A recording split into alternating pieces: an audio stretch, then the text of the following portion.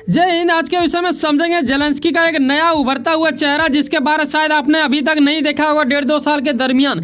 अब ये सिर्फ अपनी बचाव नहीं, अपने जगह का सिर्फ रक्षा नहीं, ये बदले में टक्कर देंगे और ये बराबरी का नहीं, उससे ज़्यादा बढ़कर होगा। क्योंकि आपको पता है कि इन दिनों पुतिन के द्वारा कुछ बड़ा कांड कर दिया गया था, जो सिर्फ उनको चोट ही नहीं, उनके दिल में मतलब एक गहरा रूह तक को कपा देने वाली चीज़ हरकत कर दी गई है। आपको बखूबी पता होगा कि इस चीज़ के ऊपर जो चीज़ कांड यहाँ देखने को मिल रहा है, जेलेंस्की के बदलते रूप को मतलब आप समझोगे तो कहीं ना कहीं पुतिन का दिया हुआ ही एक प्रतिक्रिया का बदला है।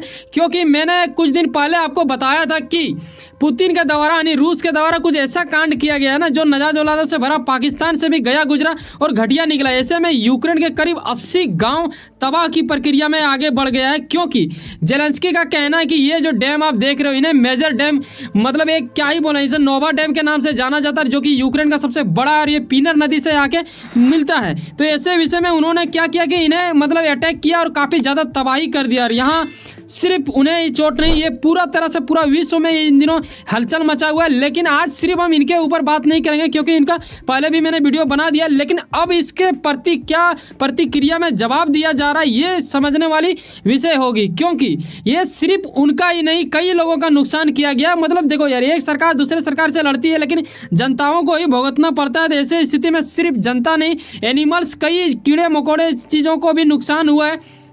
और सबसे गंभीरतापूर्वक समझने वाली बात ये, अभी सीजन आ रहा है खेती का, ऐसे विषय में वहाँ की रेत की भांति बन जाएगी ज़मीन। ठीक है, जो ज़मीन मतलब उपजाऊ था वो अभी रेत हो जाएगी। जब बहुत अधिक गहरा पानी आ जाता है तो वो कहीं ना कहीं नदी का रूप ले लेता है और उसमें मतलब पानी बहने लगेगा तो वो रेत बन जाएगा।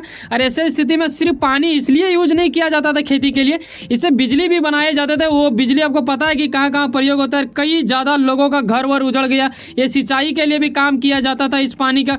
तो ऐसे विषय में उन किसानों का क्या होगा, ये तो आप बखूबी पता है। और अगर आप इंडिया से थे, जय जवान जय किसान के बारे में आपको बखूबी पता होगा। स्थिति काफ़ी दुखनीय हो चुका है।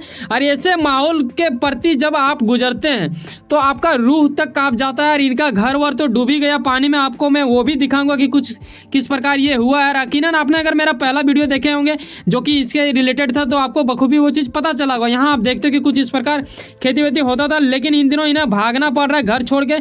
आखिर वो जो हरा भरा जो इलाका था वो इस प्रकार किस तरह डूब गया, यहाँ पे आप देखते हो। तो ये काफ़ी ज़्यादा ये लग जाता है। कईयों को वीडियो देखते वक्त शायद स्पीड का महसूस हो रहा होगा, लेकिन यूट्यूब में ऑप्शन देता है स्पीड कम करने का, अगर आपको वैसा लगे तो कर लेना। तो उन सभी जनता जो वहाँ पे यूक्रेन के है वो अभी सड़कों पे आ चुका है। तो ये काफ़ी दुखनीय है उन किसानों के लिए। और ऐसे विषय में इनका गुस्सा मतलब 7वें आसमां पे है। मतलब क्या ही बोले, ऐसे में कोई भी रहेगा ना यार, मतलब हद पार कर दिया। एक लिमिट होता है ना युद्ध का, एक मतलब चलो फेस टू फेस ये किया जाए चलता है, आर्मी को मारा जाए चलता है, लेकिन जनता को नुकसान कर रहा है ये बिल्कुल वाहियात है। अब हम समझेंगे कि पुतिन का आखिर प्रतिक्रिया कुछ ना कुछ तो होगा। लेकिन देखो, पुतिन डायरेक्टली कहता है कि मैंने ऐसा किया ही नहीं। लेकिन एक बात बताओ, अगर इन्होंने नहीं किया तो फिर यूक्रेन अपने आप से क्यों करेगा? क्योंकि यूक्रेन करेगा तो यूक्रेन का भी नुकसान होगा। लेकिन मुद्दा यह भी है कि कुछ हिस्सा जो है डैम का, ठीक है, उसमें आधा से ज़्यादा मतलब इधर आता है, जो कि पुतिन ने भी कब्जा कर लिया। 2014 में से ही मतलब स्टार्ट हो गया था ऐसा कुछ। और इनका प्रति भी मतलब क्या ही बोले, यूक्रेन की तरफ भी कुछ भाग है। तो ऐसे स्थिति में काफ़ी गंभीरतापूर्वक ये बन जाता है। कई सारे सेना मतलब क्या ही बोले, इन लोगों को अक्सर बोला जाता है ना कि जब भी युद्ध होता है सेना मरते हैं, राजा जहीं के तहीं रह जाते हैं। वो आने वाले दिनों में शायद मिल भी जाए, लेकिन इनका थकान देखते हो कुछ इस प्रकार है। और ये काफ़ी आरोप लगाने वाली बात नहीं है। इनके यहाँ पे आपको पता है कि इनके राष्ट्रपति जो भवन है वहाँ भी मतलब कुछ ऐसा कांड कर दिया गया था ड्रोन व्रोन से। लेकिन उस टाइम यूक्रेन के राष्ट्रपति जेलेंस्की के द्वारा बोला गया था कि मैंने ऐसा नहीं किया है, मेरे पास ऐसे मतलब व्यवस्था है ही नहीं।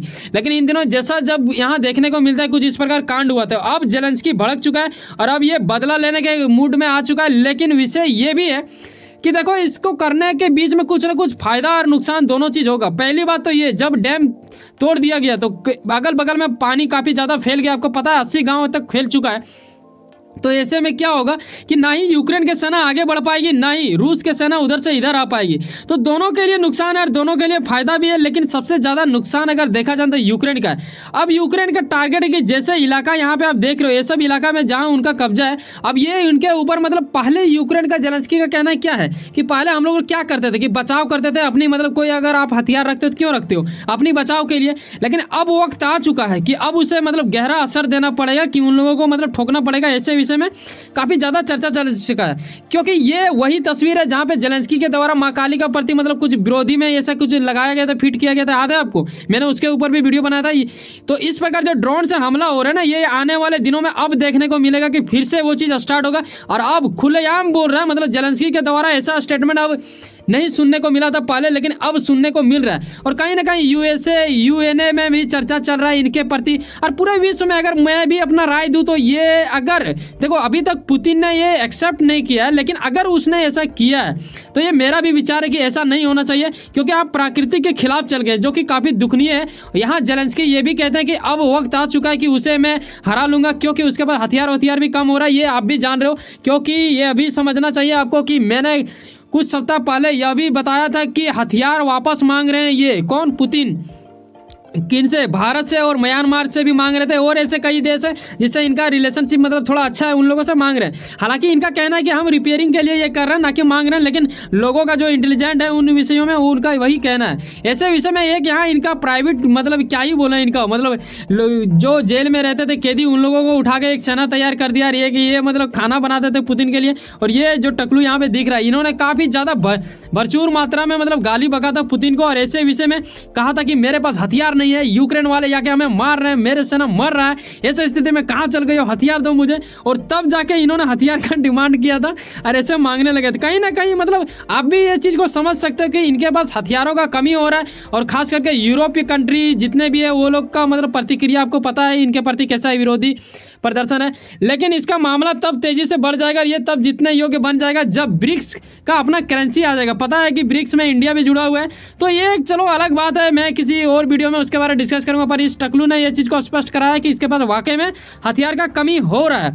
अब समझने वाली बात यह होगा कि जेलेंस्की क्या इसका फायदा उठा पाएगा, या फिर दूसरा अगर शक के निगाह से देखा जाए तो हो सकता है कि जेलेंस्की भी खुद से डैम को तोड़वा दिया हो। लेकिन यहाँ थोड़ा शक वहियाद लगने लगता है, क्योंकि देखो यार, कोई भी देश का राजनेता या फिर लीडर मतलब ऐसा नहीं करेगा कि अपना ही देश का नुकसान करे, क्योंकि अगर वैसा स्थिति ये करता खुद से तो ये मतलब अपने लोगों को क्यों नुकसान करेगा, ये बिल्कुल गलत होगा। हमें नहीं लगता कि ये शक जायज होगा, लेकिन कहीं ना कहीं ये भी शक बनता है, क्योंकि कई ऐसे नेता होते हैं जो थोड़ा तपाकी टाइप के होते हैं, वो लोग कर भी सकता है। हालांकि वैसा नहीं किए होंगे, यही उम्मीद है। अब आने वाले दिनों में कुछ ना कुछ फैक्ट नज़र आएगा, तब जाके हमें ये चीज़ पता चलेगा।